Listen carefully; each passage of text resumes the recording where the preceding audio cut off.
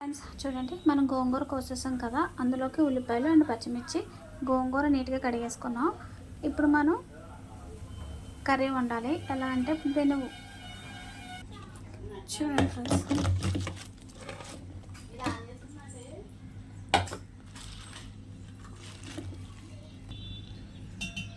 Friends, గోంగూర పచ్చిమిర్చి ఉల్లిపాయలు ఇప్పుడు వాటర్ వేసి స్టవ్ మీద పెట్టుకోవాలి.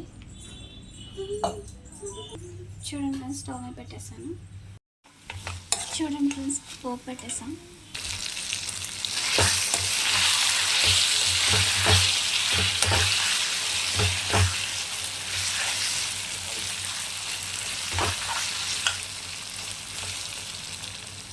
చూడండి ఫ్రెండ్స్, టేస్టీ గోంగూర ఎండు రొయ్యలు కర్రీ రెడీ.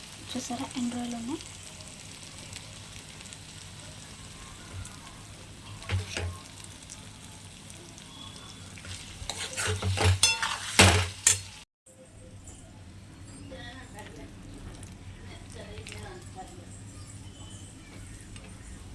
ఫ్రెండ్స్ చూడండి, అన్నం, గోంగూర కర్రీ అండ్ ఆమ్లెట్.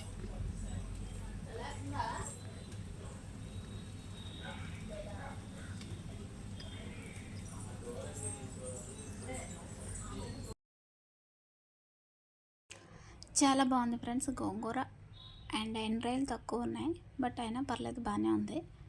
మనం ఆమ్లెట్ వేసుకున్నాం కదా, దాంతో కలిపి తింటే కొంచెం టేస్ట్ ఇంకా బెటర్గా ఉంది. ఎండ్రాయిలు ఉంటే ఆమ్లెట్ అవసరం లేదు ఫ్రెండ్స్.